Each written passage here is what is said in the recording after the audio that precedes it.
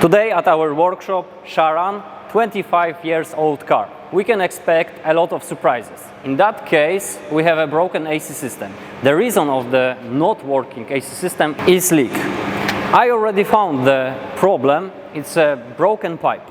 Now I cannot show you because we don't have a proper access to it, but later on you will see it when I will take it out from the car. What is the plan for today? We will take all AC parts from the car, then we will check the condition of them, and then we will assemble the whole system on the new parts. As you know, NRF offers a lot of AC parts, for example compressors, condensers, and something new in our offer, AC pipes. So now time for the disassembling process. Just keep in mind that if you want to connect directly to the AC system in Volkswagen Sharan, you will find the low pressure service port under the front right blinker.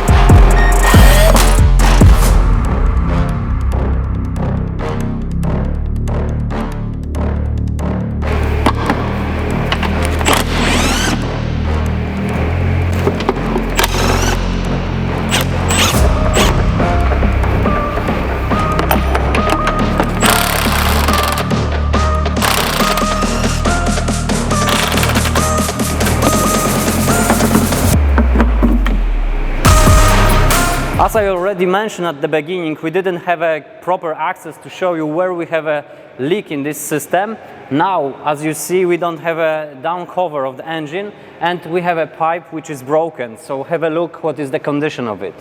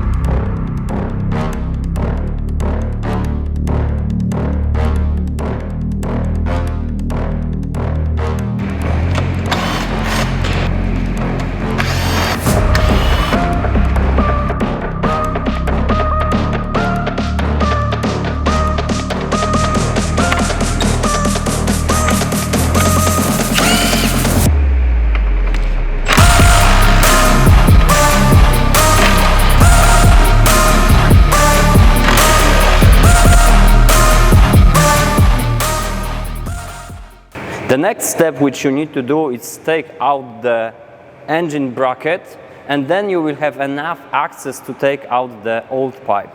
As you see in this car, we have the new pipe on its place. So now time for a compressor and condenser.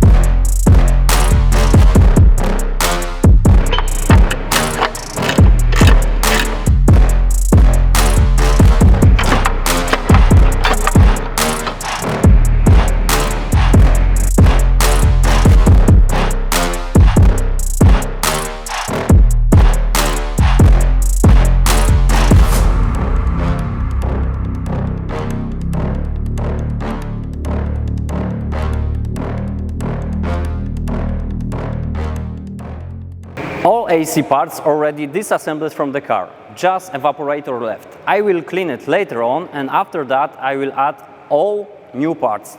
But before, I want to mention something more about the pipes. As I mentioned at the beginning, car is really old. So in that case, we can expect the leaks which are not typical as normal, because normally we can find the leaks on the condenser, on some connections, but in the old cars you will find the leaks with the pipes. In that case, this pipe is totally damaged, so it is very easy to find the leak. But many times you can have the leak which will be very hard to find. It will be directly on the bracket which is mounting the pipe to the car. And in that case, you will need to use the proper method of looking for the leak. Our recommendation is to use the forming gases. And the last thing what I want to mention, just keep in mind, it's good to not repair the pipes, but to change for the new ones, because during the repair process you can change the dimension which is inside the pipe, and in that case you can have problems with the proper working of AC system. Okay, so now time for the assembling process.